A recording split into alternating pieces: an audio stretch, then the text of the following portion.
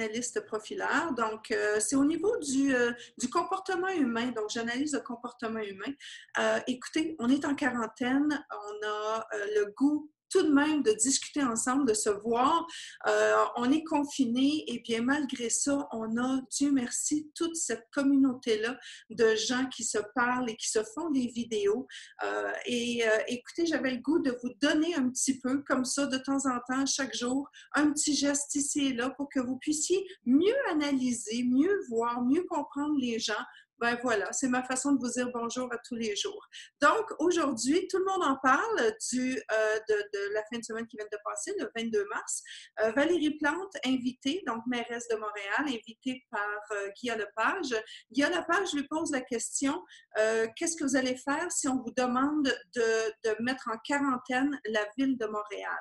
Alors, allons voir sa gestuelle. En fait, il y a quelque chose de très spécial. Un seul geste que je vais vous indiquer, c'est son clignement de paupières. Un clignement de paupières qui est juste un peu trop long, qui nous en dit énormément sur son état intérieur. Allons voir ça.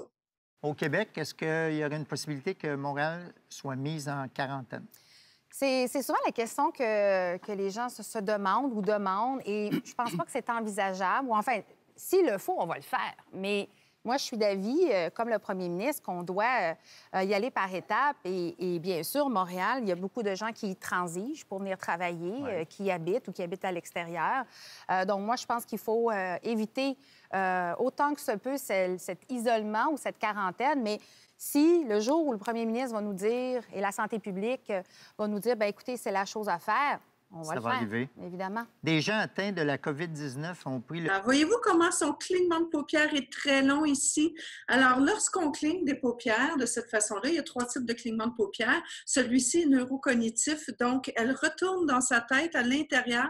Elle ne veut pas voir la situation, donc ce serait difficile pour elle d'envisager et de voir la situation, même si elle s'y conformerait.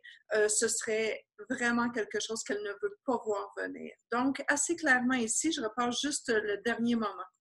Si le jour où le premier ministre va nous dire, et la santé publique va nous dire, bien écoutez, c'est la chose à faire, on va le faire, arriver. évidemment. Des gens atteints de la COVID-19 ont pris le... Donc, ce petit geste-là, qui est anodin, qui, en fait, est un simple clignement de paupières, mais à cause d'une durée un petit peu trop longue, nous informe que, ouf, ça, j'ai pas le goût de voir venir la vague. C'est assez évident. Merci beaucoup. Au revoir.